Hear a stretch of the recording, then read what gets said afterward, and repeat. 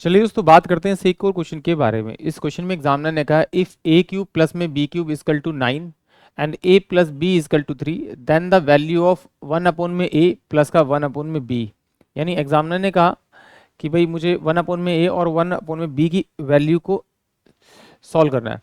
तो ये देखिए, अगर इसको पहले मैं सॉल्व करूँ तो इसका एलसीएम लूंगा तो ये मेरे पास क्या आ जाएगा, आपका बी प्लस का ए अपॉन में ए बी। मतलब इसको सॉल्व करना है और मुझे बताना है इसका राइट आंसर क्या है।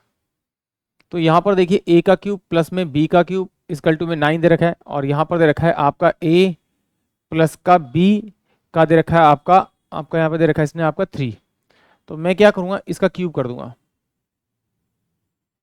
जब इसका क्यूब करूंगा तो ये मेरे पास क्या आ जाएगा, ए का क्यूब प्लस में बी का क्यूब प्लस में 3ab, और a प्लस बी इसका फॉर्मूला होता है, बराबर में हो जाएगा ये आपका 27।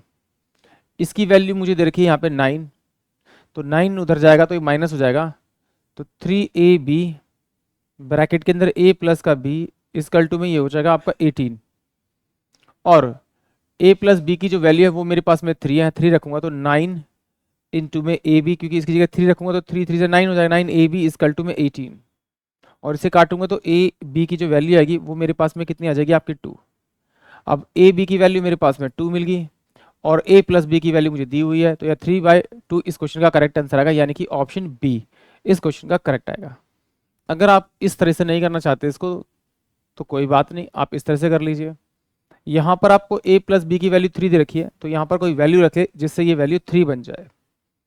मैंने क्या माना कि भाई ए मेरे पास में कितना है आपका आपका 1, और बी मेरे पास में 2 है। अगर इन दोनों को प्लस करूँ तो क्या 3 के बराबर बन रहा है, बिल्कुल बन रहा है।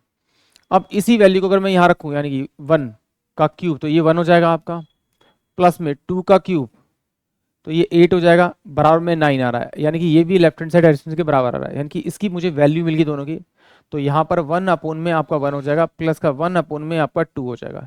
सॉल्व करेंगे यानी एलसीएम लेंगे तो 2 से यहाँ मल्टीप्लाई करेंगे, 2 से यहाँ मल्टीप्लाई करेंगे, यानी 3/2 इस क्वेश्चन का करेक्ट आंसर आएगा।